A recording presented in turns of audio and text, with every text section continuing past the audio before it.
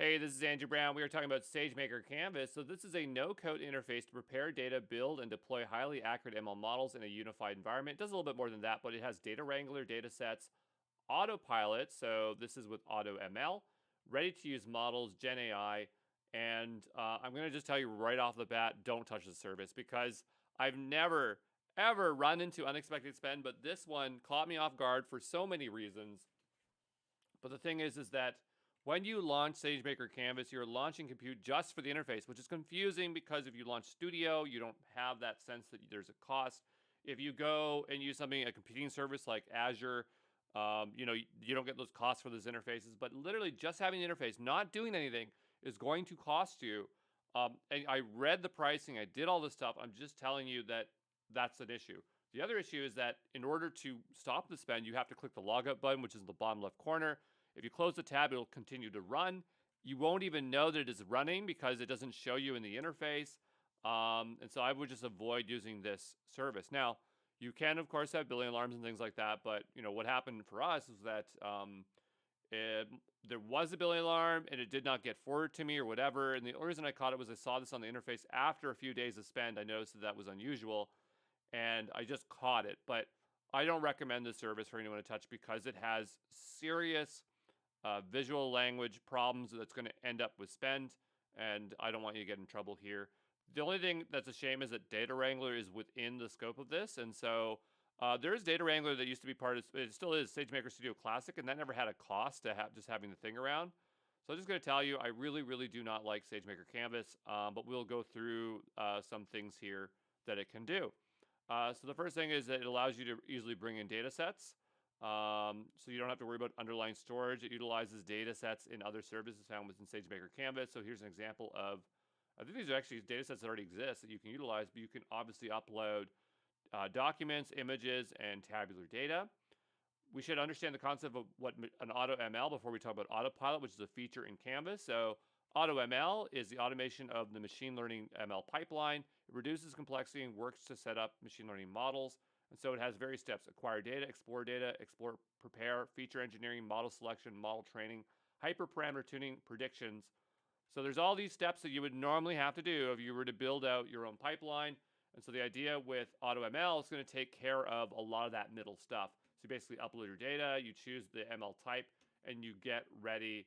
And you can look like you're now a data scientist. But I'm going to just tell you that the stuff in between is not that hard for the type of models that they're providing to you. But again, if you are just trying to get comfortable with ML, this could be a good solution. But that cost of the canvas makes no sense to me. Again, in SageMaker Studio Classic, there was no cost to just working with the interface. And so, again, I'm not sure why AWS went this terrible route of using SageMaker Canvas and making a new UI that costs money. But yeah, so it was formerly known as AutoML, but now it's SageMaker Autopilot that allows you to create custom ML models. I would say that they've simplified the language, but they've hidden a lot of the important language. And so again, I prefer the older one, AutoML, but it can do things like predictive analysis, image analysis, text analysis, and fine-tuning foundational models, provides this no-code UI interface to tweak things. And it can solve different things. So we should talk about ML problem types. Now, I made these slides for the original AutoML, and they're still in here, but because they've changed the language, I know that it's still there, but I can't even map up where the stuff is, and it's frustrating, but I still want you to know things it can do, even if it doesn't match up in the interface. So we have, I don't know why it looks like that, but we have binary classification when we want to predict a true or false value. So examples here would be email spam detection, medical tests, churn prediction, sales conversion prediction. We have linear regression. So when you need to predict a number based on X based on Y value.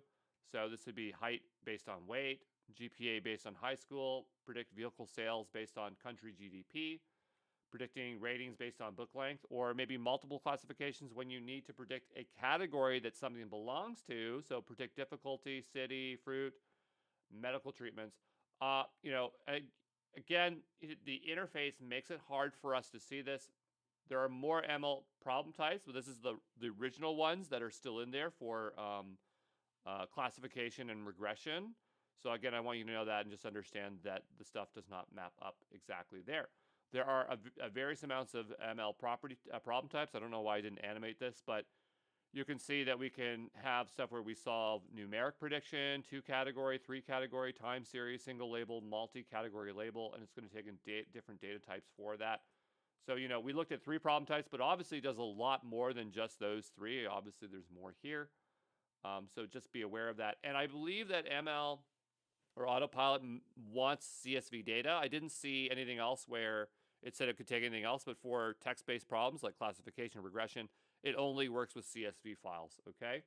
We have ready-to-use models with SageMaker Canvas, so you can choose from a variety of models and launch them. Okay, very similar to Jumpstart, but not really, because this is actually more similar to